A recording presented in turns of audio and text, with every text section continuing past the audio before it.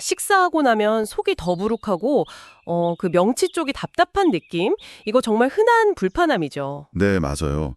소화제 먹으면 그때 잠깐 괜찮은 것 같은데 또 금방 불편해지고. 이게 반복되면 진짜 지치잖아요. 그쵸.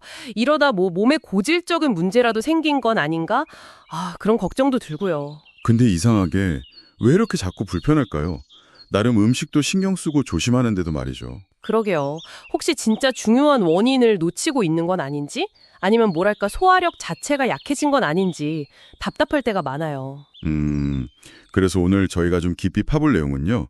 15년 동안 위장질환 치료에만 집중해 오신 분이 계세요. 백록담 한의원의 최현승 원장님이신데요. 그분의 글과 지혜를 바탕으로 오늘 이야기를 풀어갈 거라 아주 신뢰할 만한 정보라고 할 수 있겠습니다. 좋습니다.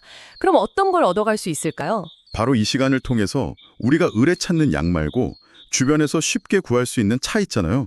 그걸로 해결책을 찾아보는 거죠. 차로요? 네. 각자 겪는 소화불량의 그 근본 원인에 딱 맞는 뭐랄까 나만의 맞춤형 천연 소화제 같은 차를 고르는 명확한 기준, 그걸 알려드릴 겁니다.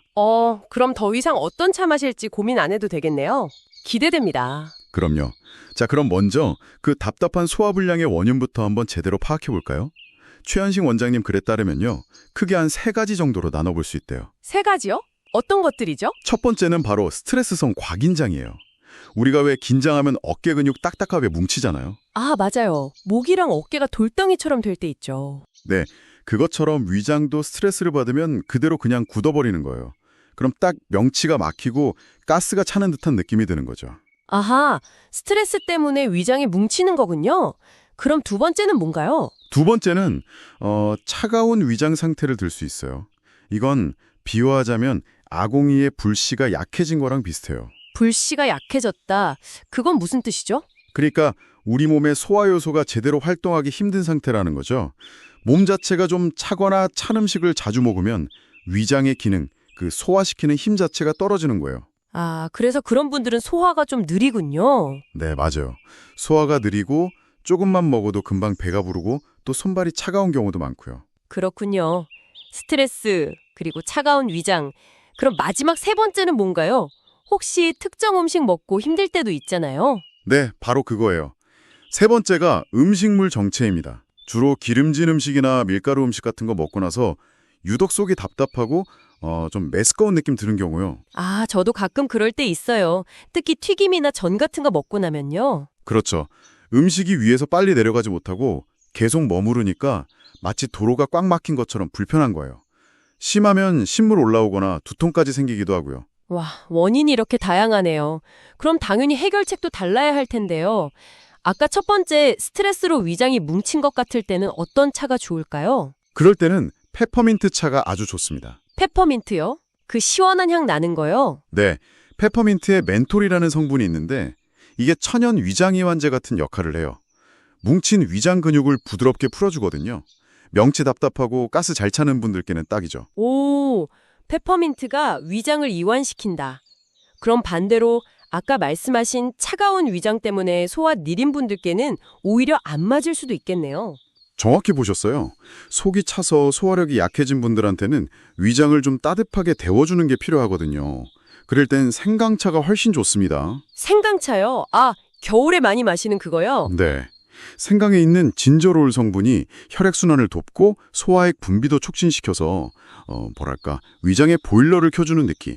그런 역할을 해요. 평소 손발 차거나 찬 음식 먹으면 탈 잘 나는 분들께 추천합니다. 그렇군요. 페퍼민트는 이완, 생강은 보온. 그럼 마지막으로 기름진 거 먹고 체한 느낌. 그 음식물 정체에는 어떤 차가 효과적일까요? 네, 그럴 때는 매실차가 도움이 됩니다. 매실. 어릴 때 배 아프면 할머니가 타주시던 기억이 나네요. 그렇죠. 매실의 유기산이 아주 풍부한데요. 이게 위산 분비를 좀 정상적으로 조절해주고 음식물 분해를 직접적으로 도와줘요. 거의 천연 소화효소 같은 역할을 하는 거죠. 소화효소 역할까지요? 네, 거기에 장 속 나쁜 균들을 없애주는 해독작용도 기대할 수 있고요. 와, 정말 차마다 효능이 뚜렷하네요. 근데 이렇게 좋은 차들도 제대로 마셔야 효과가 있겠죠. 언제, 어떻게 마시는 게 가장 좋을까요? 네, 중요하죠. 최현승 원장님은 식후 30분에서 1시간 정도 지났을 때 따뜻하게 마시는 걸 추천하세요. 식후 바로가 아니고요. 네, 식사 직후에 바로 마시면 소화액이 좀 묽어져서 방해가 될 수 있고요. 또 차갑게 마시면 위장에 부담을 줄 수 있으니까요.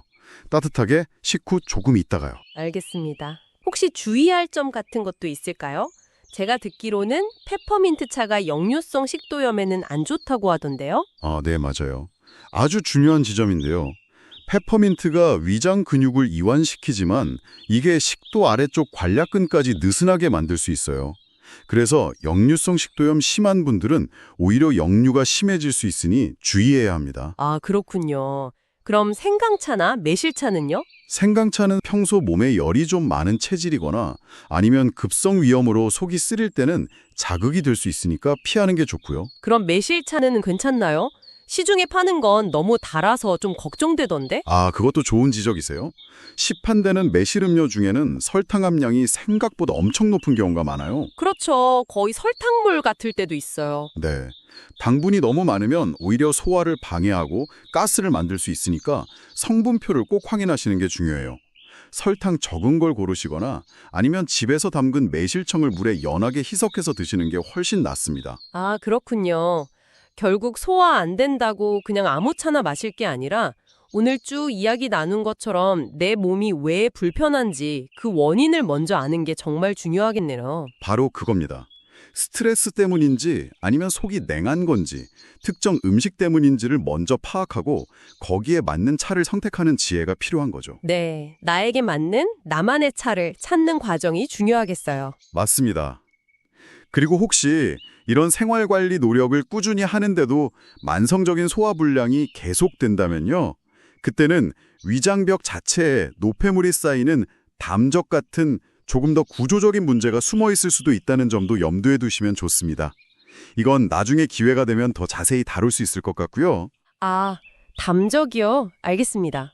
네, 하지만 우선은 오늘 알아본 차들을 하나씩 시도해 보시면서 우리 몸이 가장 편안하게 받아들이는 나만의 차를 찾아보는 시간을 가져보시길 바랍니다. 네, 그래야겠어요. 따뜻한 차 한 잔이요.